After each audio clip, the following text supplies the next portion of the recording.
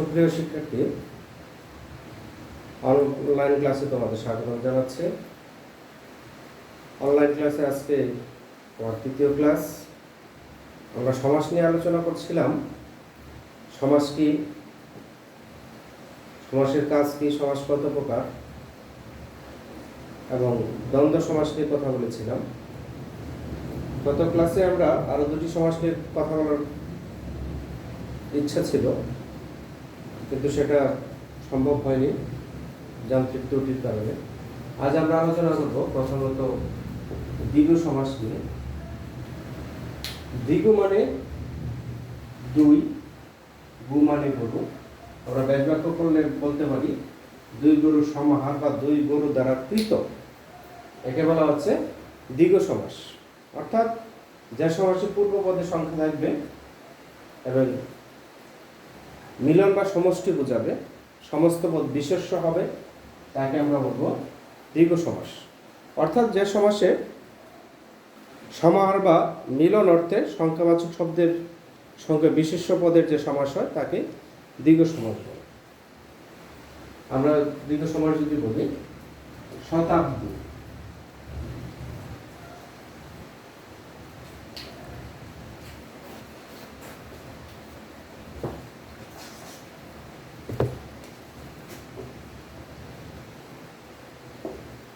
ব্যাসবাক্য করলে আমরা পাবো শত অব্দের সমাহার, তাকে বলা হচ্ছে শতাব্দী। শত মানে 100, 100 অব্দ মানে বছর, 100 বছরের সমাহার, তাকে বলা হচ্ছে কি শতাব্দী।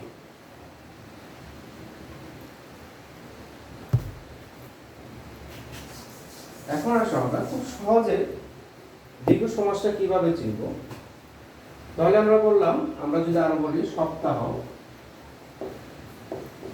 সপ্ত অহের সমাহার। সপ্ত মানে 7, অহ মানে দিন, আর মানে 7 দিনের সমাহার। তাহলে পূর্বপদ কি হবে? সপ্ত, একটা হলো সপ্ত আর একটা হলো অহ। তাহলে সপ্ত মানে 7, অহ মানে দিন। তাহলে পূর্বপদ হলো কি সংখ্যা, আর পরপদ হলো কি দিন বিশেষ্য। আর দুইটা মিলে যদি আমরা বলি সপ্তাহ, সপ্তাহ শব্দটা হলো কি বিশেষ্য পদ। আর আমরা দেখবো এখানে পরপদের অর্থটা কি পেয়েছে? প্রাধান্য পেয়েছে, দিন। 7 দিন হলে তাকে আমরা কি বলবো? সপ্তাহ। আর আমরা সহজভাবে বলতে পারি পূর্বপদ কি হবে? সংখ্যা, কাজ বিশেষ্য। এরপরে যদি সমস্ত পদটা কি হবে? বিশেষ্য হয়, তাহলে আমরা তাকে বলবো নির্দ্বিধায় আমরা তাকে বলবো দ্বিগু সমাস। আরো কিছু উদাহরণ যদি আমরা দিই,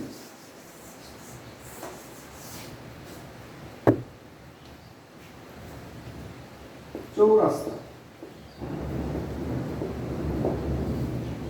তাহলে চৌ মানে 4 আর রাস্তা বিশেষ্য, তাহলে 4 রাস্তা, রাস্তার সমাহার যদি হয় তাহলে তাকে আমরা বলবো চৌরাস্তা। এরকম যদি আমরা বলি পুষ্করী, পুষ্করের মানে 5 সেরের সমাহার। এরকম যদি আমরা বলি পঞ্চবটি, পঞ্চবটির সমাহার। নবরত্ন, নব মানে 9, তাহলে নবরত্নের সমাহার।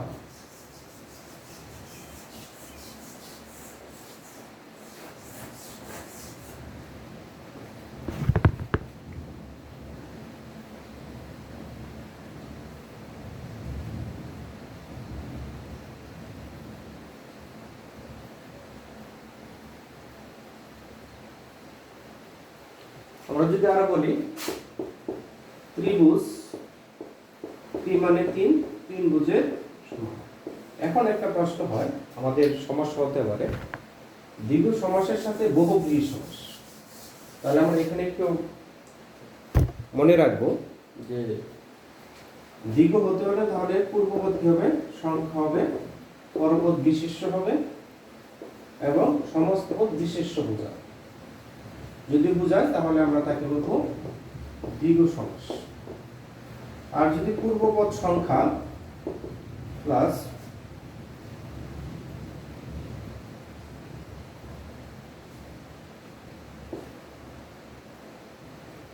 বিশেষণ সমান সমান সমস্ত পদ বিশেষণ বোঝায়, তাহলে তাকে আমরা বলবো সংখ্যাবাচক বহুব্রীহি। আমরা যখন বহুব্রীহি সমাস আলোচনা করব তখন আমরা বিস্তারিত আলোচনা করব। যেমন 10 গজ, 10 গজি, 10 গজ পরিমাণ যা। আর এই ক্ষেত্রে ব্যাস বাক্যে আসবে কি আসবে? যার আসবে। তাহলে তাকে আমরা বলবো সংখ্যাবাচক বহুব্রীহি। নিঃসন্দেহে আমরা সংখ্যাবাচক বহুব্রীহি বলবো।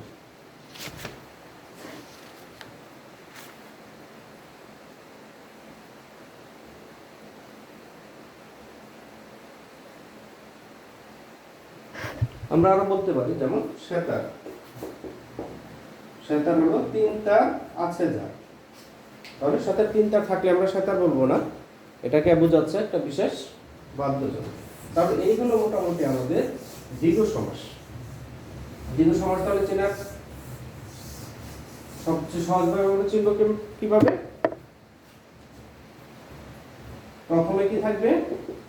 সংখ্যা থাকবে, তারপরে কি থাকবে? বিশেষ্য পদ থাকবে, বা ইংরেজিতে যাকে বলতেছি আমরা নাউন থাকবে, আর সমস্ত পদটা বিশেষ্য বোঝাবে, অর্থাৎ নাউন হবে। আমরা বাংলার চেয়ে ইংরেজি পার্সেন্টেজটা বেশি চিনি, সেজন্য বললাম কি সংখ্যা বিশেষ্য আর সমস্ত পদ বিশেষ্য বোঝালে তাকে আমরা বলবো দ্বিগু সমাস। আশা করি তোমরা বুঝতে পেরেছো। দ্বিগু সমাস চিনতে আর কোনো সমস্যা হবে না, এবং দ্বিগু এবং সংখ্যাবাচক বহুব্রীহি আশা করি তোমরা চিনতে পারবে বা বুঝতে পারবে যে অতি সহজে আমরা কিভাবে সমাস নির্ণয় করতে পারি। কারণ সমাসে আমাদের আসবে ব্যাস বাক্য সহ সমাস নির্ণয় করো। আমাদের ব্যাস বাক্য দেওয়া থাকবে না, আমাদের সমস্ত পদ দেখে কি করতে হবে? ব্যাস বাক্য নির্ণয় করতে হবে। এখন যদি বলা হয় চৌমোহনী, তার মানে চৌ মানে 4, মোহন মানে কি? মোহনার সমাহার। অর্থাৎ সংখ্যা এবং বিশেষ্য পদ যদি আসে তাহলে আমাদের নিঃসন্দেহে আমরা ব্যাস বাক্যে কি আনবো? সমাহার আনতে পারবো। কি বললাম?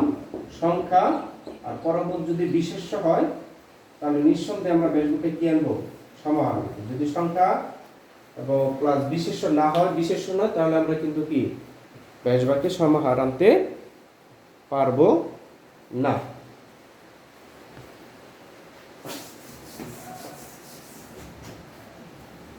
এখন আমরা আলোচনা করব অব্যয়ভাব সমাস।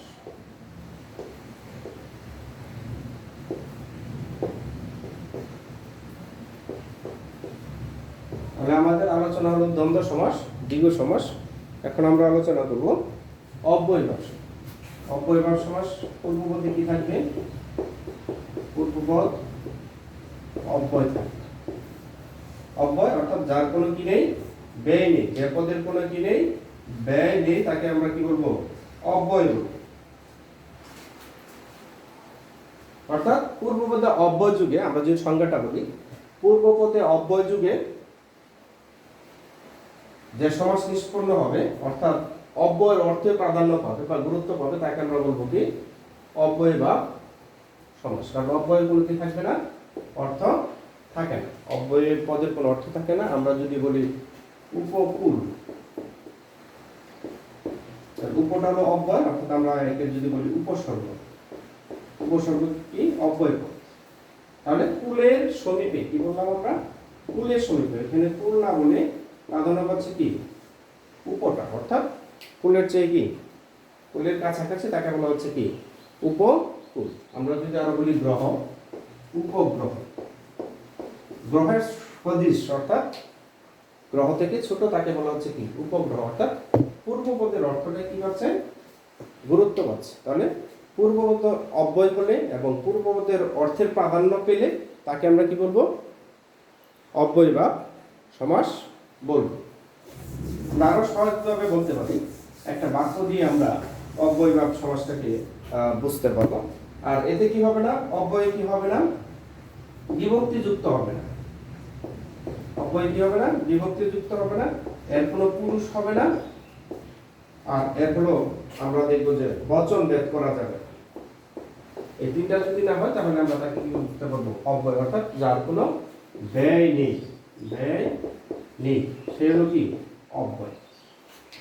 তাহলে আমরা বিশেষ করে যে উপশব্দগুলো পড়েছি শব্দ গঠনের ক্ষেত্রে, যে শব্দ গঠনের বিভিন্ন উপায় আছে, প্রথম 3টা উপায় আছে গুরুত্বপূর্ণ, সেগুলো উপসর্গ, সমাস, প্রকৃতি ও প্রত্যয়, প্রধান 3টা শব্দ গঠনের মাধ্যম। তার মধ্যে সমাস উপসর্গ ছিল প্রথমে। উপসর্গগুলো আমাদের প্রত্যেকটাই কি অব্যয়। আমরা যদি একটা বাক্য বলি, আহা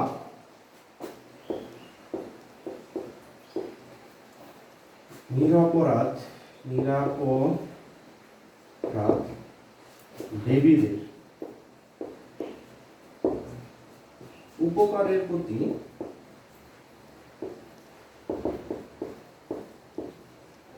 যথার্থ উৎসাহ দেওয়া উচিত, উৎসাহ থাকা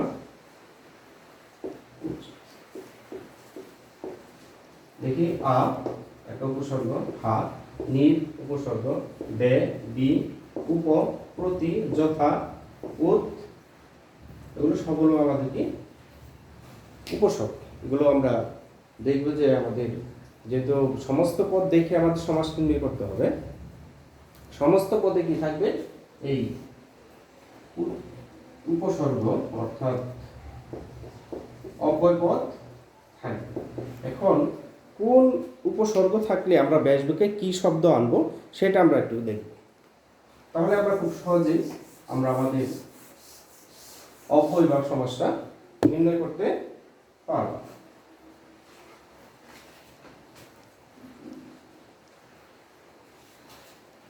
যেমন উপ যদি আসে সমস্ত পদে, যেমন আমরা যদি বলি উপবন,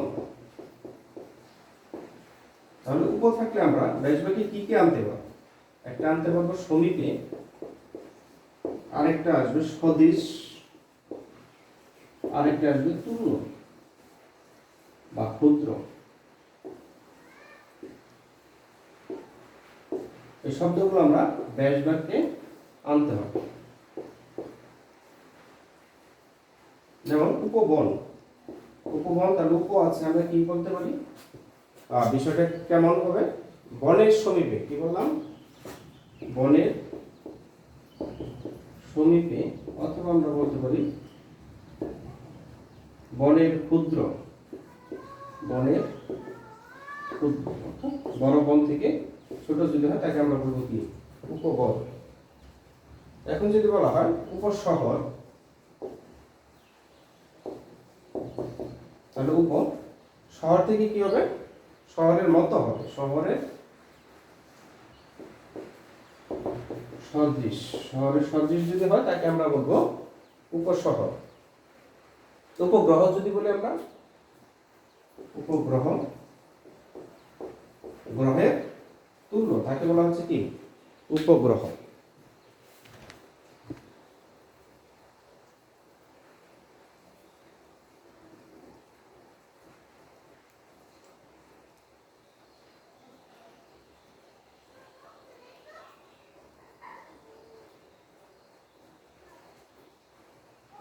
তারপরে আমরা দেখি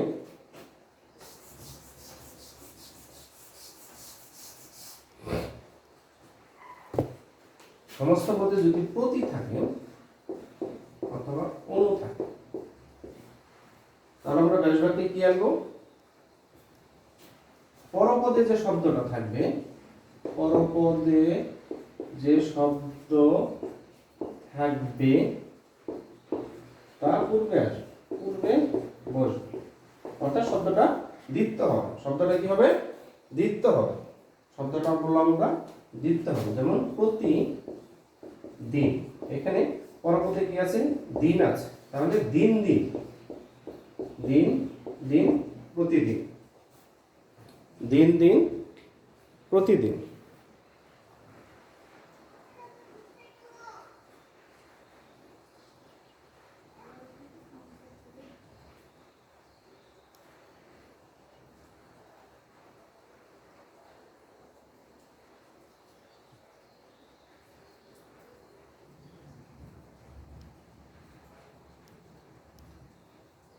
অনুক্ষণ, অনুক্ষণ কি হবে তাহলে? ক্ষণে ক্ষণে, কি বললাম? ক্ষণে ক্ষণে অনুক্ষণ। এরকম আমরা আরো বলতে পারি যে প্রতিক্ষণে, ক্ষণে ক্ষণে, প্রতিক্ষণে, অনুক্ষণে, প্রতিক্ষণে, ফি বছর, প্রতি বছর, অর্থাৎ এই জাতীয় শব্দগুলো আমাদের আসবে। তারপর যদি আমরা দেখি সমস্ত পদে হা, নি অথবা নি আসে, তাহলে আমরা কি বলবো? অভাব ব্যবহৃত হবে। কি হবে? বেশ বাক্যে অভাব আসবে। কি আসবে? অভাব। পরপদে অভাব আসবে, যেমন হাবা, তাহলে পরপদের অভাবটা বোঝাবে। তাহলে কি বলবো আমরা? হাতের অভাব, বাতের অভাব, তাকে আমরা বলবো হাবাত। আমরা যদি বলি নিরামিষ, আমিষের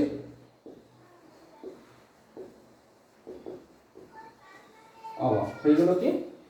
নিরামিষ।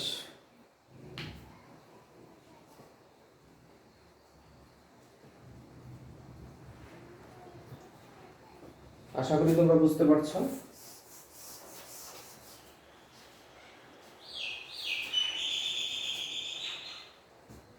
তারপর যদি সমস্ত পদে আ আসে, আটা দুইটা অর্থ ব্যবহৃত হবে। একটা হলো পর্যন্ত, আরেকটা হলো ঈষৎ। আমরা উদাহরণ দিলে বিষয়টা বুঝতে পারবো। যেমন আমরণ, মরণ পর্যন্ত, আকণ্ঠ, কণ্ঠ পর্যন্ত।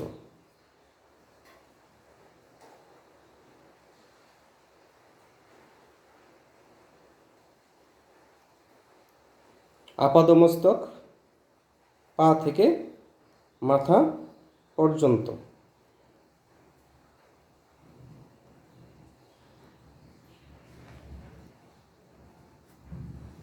এখন যদি আমরা বলি লালচে, তাহলে কি হবে? ঈষৎ লাল।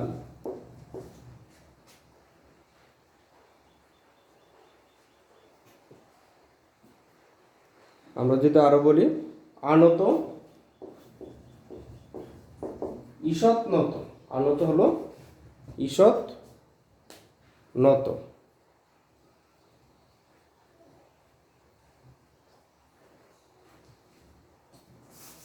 তারপরে আমরা দেখি যদি সমস্ত পদে উৎ শব্দটা থাকে, তাহলে বেশবাক্যে কি আসবে?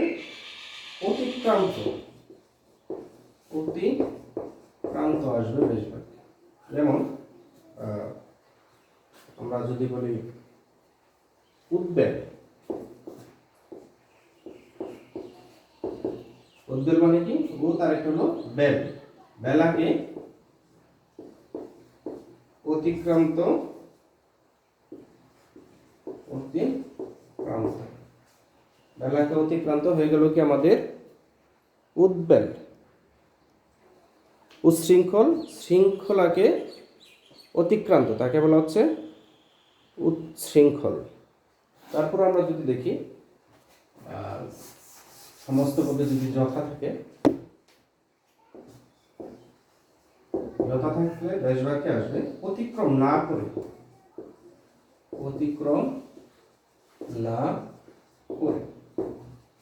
যেমন যথা রীতি, এটা হলো সমস্ত পদে। তাহলে যথা আছে, বেশবাক্যে কি আসবে? রীতিকে অতিক্রম না করে। এরকম আমরা যদি বলি যথাসম্মান সম্মানকে অতিক্রম না করে, যথাসাধ্য সাধ্যকে অতিক্রম না করে।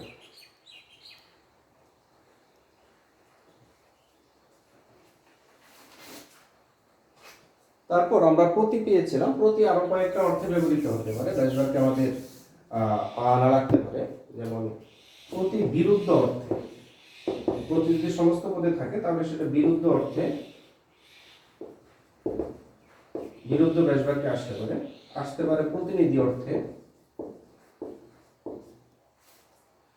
যেমন প্রতিবাদ,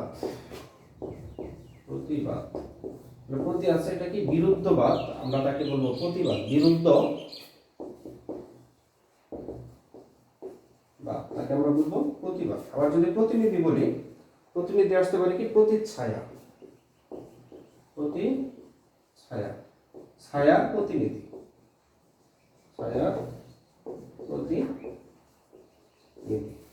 হলো প্রতিচ্ছায়া। প্রতিনিধি অর্থে আমরা ব্যবহার করতে পারি। এরকম আমরা বলতে পারি প্রতিমূর্তি, মূর্তির প্রতিনিধি।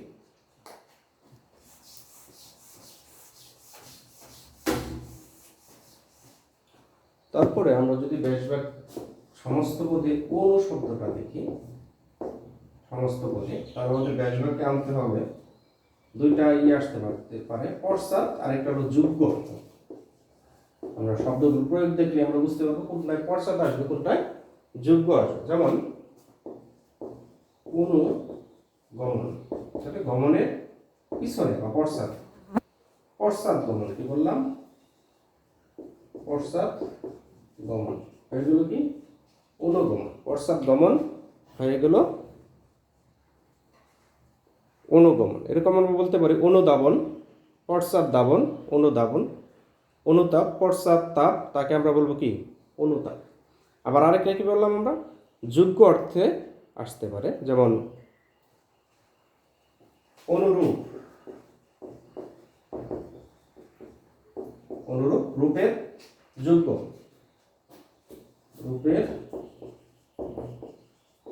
তাকে আমরা বলবো কি অনুরূপ।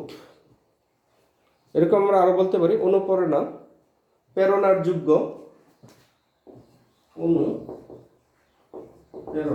প্রেরণার যোগ্য, অনুগুণ। এরকম আমরা বলতে পারি অনুভব ইত্যাদি। তাহলে এইগুলো মোটামুটি আমাদের যে উপসর্গগুলো আছে, এই উপসর্গ যুগে আমাদের অবয়বাক সমাস গঠিত হয় এবং পূর্বপদের অর্থ প্রাধান্য। তাহলে আমরা আজকে আলোচনা করলাম দ্বিগু সমাস, যেখানে থাকবে সংখ্যা, পরে থাকবে বিশেষ্য এবং সমস্ত পদ বিশেষ্য বোঝাবে। আর পরবর্তীতে আমরা আলোচনা করলাম অব্যয়ভাব, যেখানে পূর্বপদে অব্যয় থাকবে এবং পূর্বপদের অর্থ প্রাধান্য পাবে। এবং আরেকটা জিনিস আমরা খেয়াল করলাম যে কোন উপসর্গগুলো থাকলে আমাদের ব্যাসবাক্যে কি শব্দগুলো আনতে হবে। আশা করি তোমরা ক্লাসটি মনোযোগ সহকারে দেখবে এবং যদি কোনো সমস্যা থাকে পরবর্তীতে সেগুলো আমাকে জানাবে, আর সমস্যার সমাধান করার চেষ্টা করব। এবং আমরা আপ্রাণ চেষ্টা করছি এই করোনাকালীন সময়ে তোমাদের ক্লাসগুলো নেওয়ার জন্য, শত বাধা সত্ত্বেও আমরা চেষ্টা চালিয়ে যাচ্ছি। যদি কোনো সমস্যা কেউ অনুভব করো এই ক্লাসগুলো বুঝতে, তোমরা ইনবক্সে মেসেজ করবে, আমরা সেই বিষয়গুলো আমি তোমাদের সমাধান করার চেষ্টা করব। সবাই ভালো থেকো, ঘরে থেকো, নিরাপদে থেকো, এই জানিয়ে আমার ক্লাস শেষ করছি। ধন্যবাদ সকলকে।